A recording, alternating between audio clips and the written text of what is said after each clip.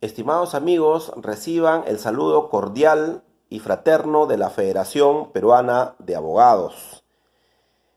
Quien habla es el abogado Juan Vázquez Quispe, presidente y jefe del gabinete de especialistas de esta importante institución dedicada a la defensa legal independiente. Continuando con las conferencias programadas en esta cuarta sesión, hablaremos sobre la suspensión de labores en la ampliación del estado de emergencia nacional. Como cuestión previa, haremos referencia al Decreto Supremo 064-2020. En esta norma se establece la ampliación del periodo de estado de emergencia desde el 13 al 26 de abril del año 2020.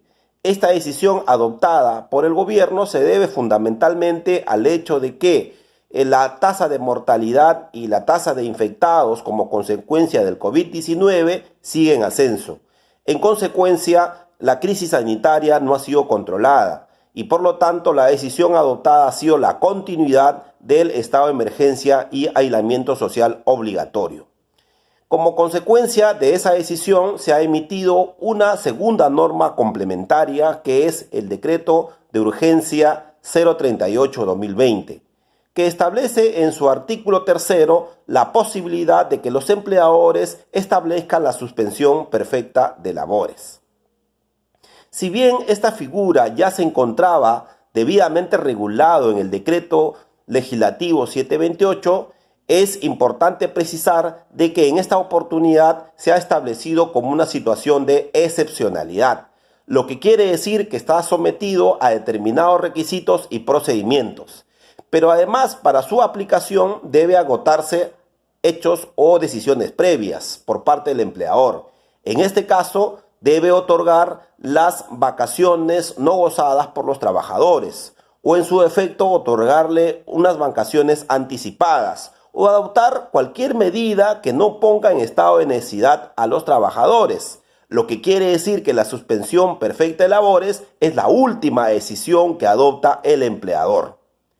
Y los requisitos que establece la norma son los siguientes. En primer lugar, el empleador debe demostrar de que las labores no pueden desarrollarse de forma remota.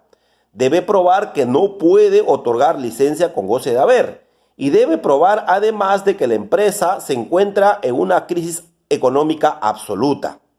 Pero además debe cumplir un procedimiento, lo que quiere decir que debe poner en conocimiento a la autoridad administrativa de trabajo de forma remota, estableciendo los requisitos. La autoridad administrativa de trabajo, en un periodo de posterior a la verificación a los requisitos, emitirá una resolución declarando procedente o improcedente la suspensión perfecta.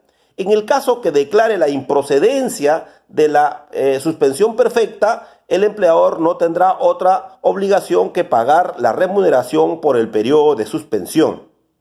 Y los trabajadores que se acojan, en todo caso, a la suspensión perfecta de labores como consecuencia de un acuerdo con el empleador, estos podrán hacer uso de un monto de su CTS. Podrán hacer uso de un monto de su AFP. En este caso se ha establecido aproximadamente 2.000 soles.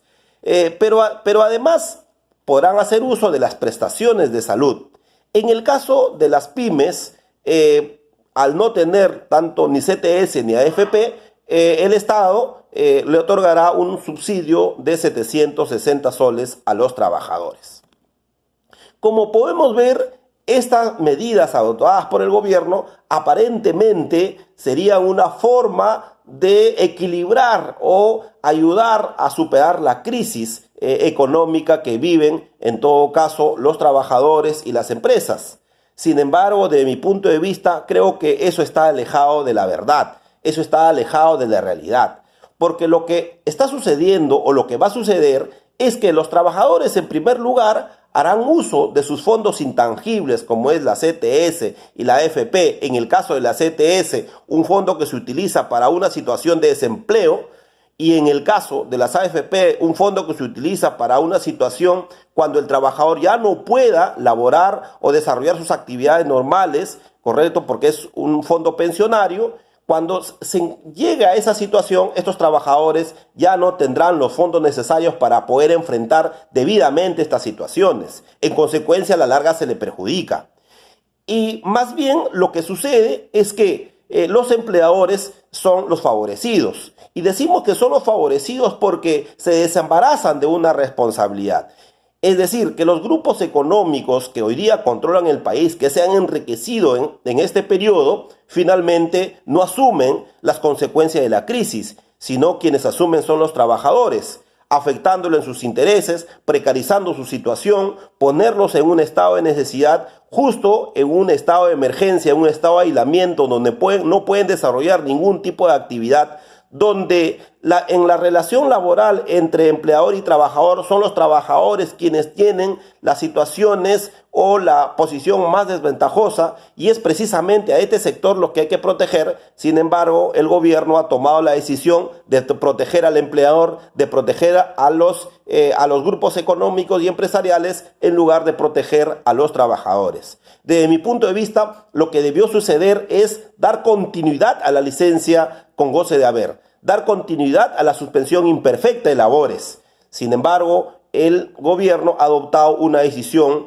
que afecta finalmente a los trabajadores, poniéndose del lado de los grupos empresariales y los grupos económicos. Lamentable decisión que en este caso nosotros, como defensores de los intereses de los trabajadores, lo rechazamos. Bueno, esperemos haber aclarado sus dudas, esperemos haber entendido la aplicación de esta figura. De no ser así, seguro que en el diálogo y en la continuidad del debate aclararemos algunos aspectos no establecidos en esta reunión. Y por mi parte, muchas gracias por haberme escuchado y será hasta otra oportunidad.